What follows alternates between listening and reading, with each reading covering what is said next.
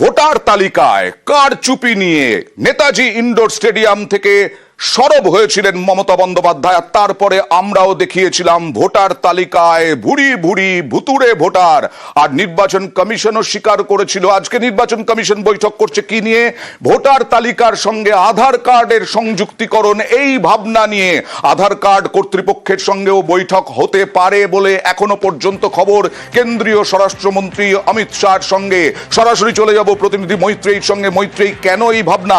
Voter কার্ডের সঙ্গে আধার card সংযুক্তিকরণ করলে কি উপকার হতে পারে?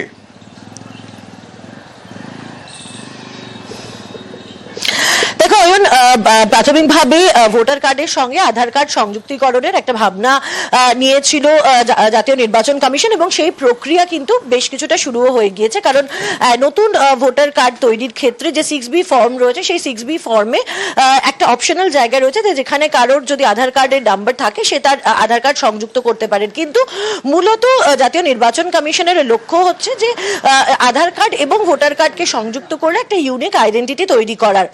কিন্তু এই ক্ষেত্রে দাঁড়িয়ে জাতীয় নির্বাচন কমিশনের আগামী মঙ্গলবার দিন UIDAI এর যিনি সিইও এবং কেন্দ্রীয় স্বরাষ্ট্র সচিব এবং তার সঙ্গেই অন্যান্য আধিকারিকদের সঙ্গে, শীর্ষ আধিকারিকদের সঙ্গে বৈঠকে বসতে পারে, এমনটাই কিন্তু আমরা কমিশন সূত্রে জানতে পারছি। এবং এই বৈঠক কেন তাৎপর্যপূর্ণ তার কারণ ইতিমধ্যেই ভুয়ো ভোটার নিয়ে কিন্তু বিস্তর তরজা চলছে। আমরা দেখেছি যে গত মঙ্গলবার অর্থাৎ 11ই মার্চ তৃণমূলের তরফ থেকে তৃণমূলের 10 সাংসদের প্রতিনিধি দল তারা জাতীয় নির্বাচন কমিশনের সঙ্গে দেখা করেন এবং এই ভুয়ো ভোটার কার্ড নিয়ে তাদের ইস্যু তারা তুলে ধরেন, তারা মেমোরান্ডাম দেন এবং সেই ইস্যুতেই দাঁড়িয়ে কিন্তু এই বৈঠক হচ্ছে। এবং এখানে আরো একটা বিষয় উল্লেখ করতে হবে যে তৃণমূল কংগ্রেস তাদের মেমোরান্ডামে কিন্তু এই বিষয়টার কথা উল্লেখ করেছিল যে এই যে আধার কার্ড তার ক্লোনিং হচ্ছে এবং ক্লোনিং করে ভুয়ো ভোটার কার্ড তৈরি করা হচ্ছে।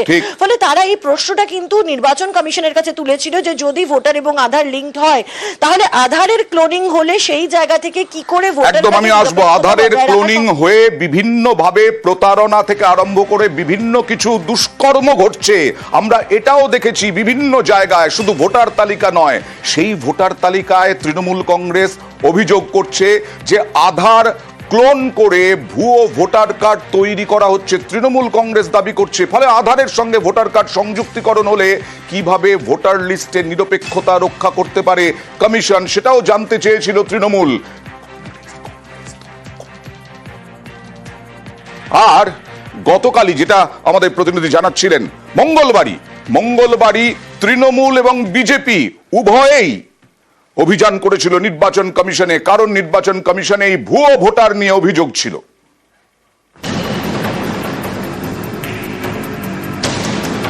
ভোট সামনের বছর, কিন্তু এখন থেকেই হাওয়া গরম।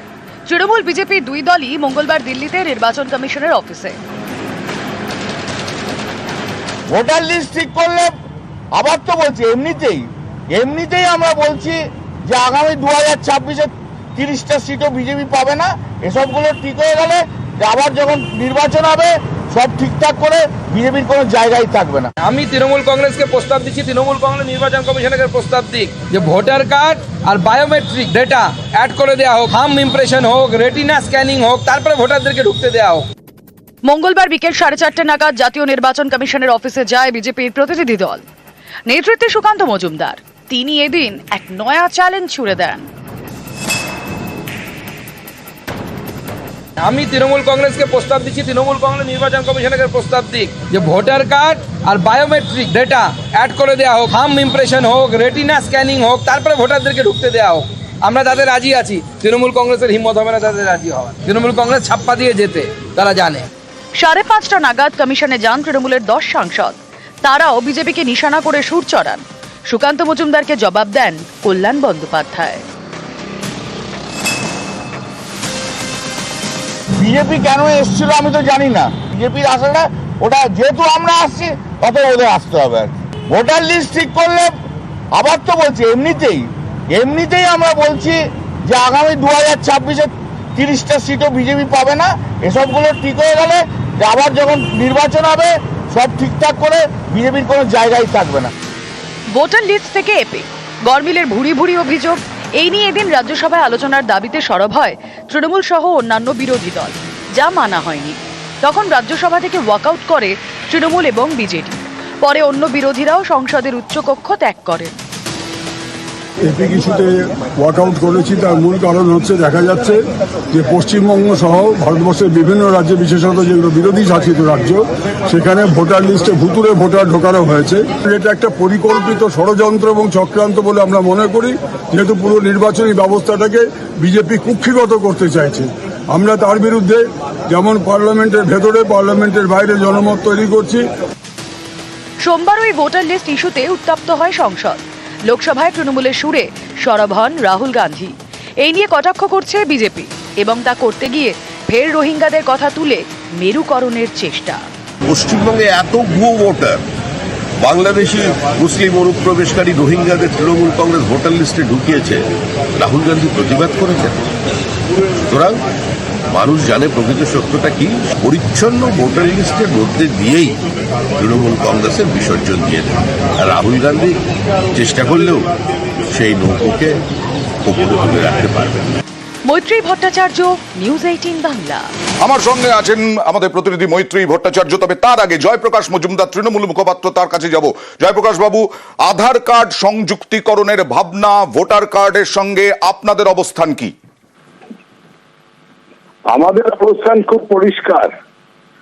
ভোটার কার্ডের যে ঘোটালা মমতা বন্দ্যোপাধ্যায় সর্বসমক্ষে এনেছেন, সেটা স্বাধীনতার পরে সব থেকে বড় ঘোটালা যদি বলা যায়, সেই ঘোটালা। কারণ এই ঘোটালার সাহায্যে বিজেপি অন্তত 4 থেকে 5টা ইলেকশন জিতে বিভিন্ন রাজ্য এবং সম্পূর্ণভাবে ইলেকশন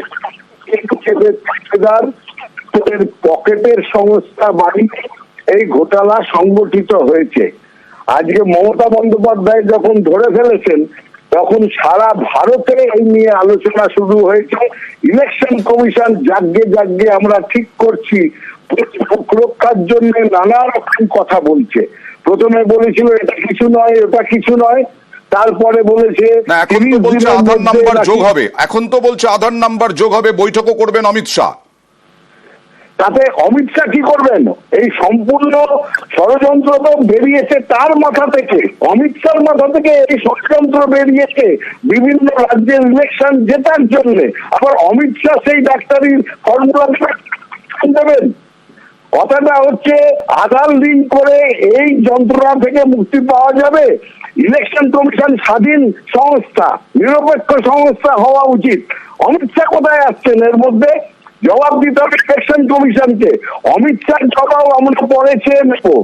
আচ্ছা, যদি অমিত শাহ না হয়ে যে জাতীয় নির্বাচন কমিশনারও বৈঠক করেন আধার কর্তৃপক্ষের সঙ্গে এবং আধার কার্ডের সঙ্গে যদি সংযুক্তিকরণ হয়, তা সেটা সমর্থন থাকবে আপনাদের?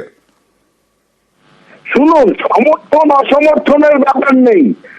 নিয়ম অনুযায়ী নির্বাচন কমিশনের দায়িত্ব প্রত্যেকটা মানুষকে ভোটের অধিকার দিতে হবে এবং ভোটাররা তাকে নির্দিষ্টভাবে ভোটের অধিকার পাবেন। ভোটার লিস্ট হচ্ছে বাইবেল বা গীতা এই গণতন্ত্রের যজ্ঞে। সেই ভোটার লিস্ট নির্ভুল হতে হবে। সেই কাজ অমিত শাহ করেছেন একটা ঘোটালা করে ইলেকশন কমিশনকে সঙ্গে নিয়ে। ইলেকশন কমিশনকে সেই সাপ মুক্তি করতে হবে, নিজেকে প্রমাণ করতে হবে যে তারা নিরপেক্ষ সংস্থা। অমিত শাহ আঙ্গুলি হেলনে চলে না, এইটা প্রমাণের দায়িত্ব ইলেকশন কমিশনের। ওকে, ধন্যবাদ। আমার সঙ্গে রয়েছেন কংগ্রেস নেতা সৌম্য আইচ রায়। সৌম্য আইচ রায় আমার সঙ্গে রয়েছেন। সৌম্যবাবু, শুনলেন এতক্ষণ তৃণমূল কি বলল, কিন্তু আমার প্রশ্ন হচ্ছে আধার কার্ড সংযুক্তিকরণ হলে পরে ভোটার কার্ডের সঙ্গে আপনাদের সমর্থন থাকছে কিনা? দেখুন, আমি প্রথমেই বলি যে ভোটার লিস্টের সংসদীয় সংশোধন এবং জাল ভোটার, ফলস ভোটার, মৃত ভোটার, এগুলো যদি বাদ দিয়ে একটা স্যাংটিটি অফ দ্য লিস্ট আসে, মানুষ যদি তার নিজের ভোট দিতে পারে, এর থেকে ভালো কিছু হতে পারে না। কিন্তু আমরা বারবার ধরে বলছি জালিয়াতিটা দীর্ঘদিন ধরেছে। যেমনি ইউনিক আইডি, ইউনিক কার্ডের কথা বলা হচ্ছিল যে ভোটার কার্ড, আগে তো নিয়মই ছিল যে ভোটার কার্ডের প্রথম 3টে সংখ্যা সেই রাজ্যের এবং সেই বিধানসভার একটা পার্টিকুলার বুথের ভোটের নাম্বারটা আইডেন্টিফাই হতো। কিন্তু একটা সার্টেন টাইমের পরেই নির্বাচন কমিশন পুরো ব্যাপারটাকে ঘেটে দিল। দেখা গেল এই নাম্বারটা গুজরাট, আপনার এখানে নাম্বার থাকতে পারে, সেটা গুজরাটও থাকতে পারে, দিল্লিতেও থাকতে পারে, মানে ইউনিক বলে আর কিছু রইল না। তাহলে সেই জায়গায় দাঁড়িয়ে বিভিন্ন রকম ভাবে এই যে জালিয়াতিটা, বারবার করে হচ্ছিল। আমরা লোকসভাতে রাহুল গান্ধী বারবার এর প্রতিবাদ করেছেন। আধার মহারাষ্ট্রে নম্বর প্রতিবাদ যোগ হলে কি জালিয়াতি বন্ধ হবে বলে মনে হয়? মানে দেখুন, আপনারা যে আধার অভিযোগটা নম্বর করছেন। আমরা বারবার বলছি ইউনিক আইডি আধার কার্ডের সাথে যদি যোগ হয়, তাতে যদি শুদ্ধিকরণ হয় তাতে ওয়েলকাম। কিন্তু এই আধার কার্ডের সঙ্গে যদি আপনার জল মেশানো আগেই থাকে, তারপর আপনি আধার কার্ড যোগ করছেন, তাহলে তো শুদ্ধিকরণ হলো না। এক, দুই, আবার মানুষকে কি লাইনে বার করাবেন? আর এই যে বিলম্বিত বোধোদয়, দীর্ঘদিনের টালবাহানার পরে কতদিন সময় লাগতে পারে? ভারতবর্ষের 140 কোটি মানুষের প্রায় যদি 70% মানুষ ভোটার হয়, তার কি অবস্থা হতে পারে ভাবতে পারবেন? ওকে, তাহলে কতদিন লাগতে পারে? এই বেশ, জল মিশিয়ে ভোট হলো, আর এখন বলছেন যে করবেন। যাক, দেখা যাক কি করা যায়। ধন্যবাদ। আমার সঙ্গে রয়েছেন বিজেপি সাংসদ শ্রমিক ভট্টাচার্য। শ্রমিক বাবু, আপনি শুনলেন যে আধারে জল আগে থেকেই মেশানো, সুতরাং ভোটার তালিকার সঙ্গে আধার সংযুক্তিকরণে কোনো লাভ হবে বলে বিরোধীরা মনে করছে না। এটা 1960 সাল নয়, 2025 সাল। ভারতবর্ষ সারা পৃথিবীর মধ্যে নিজেকে একটা শক্তি হিসেবে প্রতিষ্ঠিত করেছে। যে কোনো সিদ্ধান্তই নেওয়া হোক না কেন, তা হয় আমাদের পক্ষে যাবে, না হলে আমাদের বিপক্ষে যাবে। এই আধুনিক ভারতবর্ষকে আধুনিক করতে গেলে তার একটা ইউনিক নাম্বার প্রয়োজন আছে, বিশেষ করে নাগরিকত্বের ক্ষেত্রে। সেই জন্যই সিএ এর কথা বলা হয়, এনআরসির কথা বলা হয়। এটা তো ধর্মশালা নয় যে যখন খুশি এসে ঢুকে পড়তে পারেন। আধার কার্ডে জালিয়াতি আছে। আধার কার্ডে জালিয়াতি কোথায় হয়েছে? হয়েছে পশ্চিমবঙ্গে। আমি বলছি না ভারতবর্ষের অন্যান্য জায়গায় ফেক পরিচয়পত্র তৈরি হয় না, শুধুমাত্র পশ্চিমবঙ্গে হয়, বিষয়টা এরকম নয়। কিন্তু এ বিষয় কিন্তু এগিয়ে বাংলা।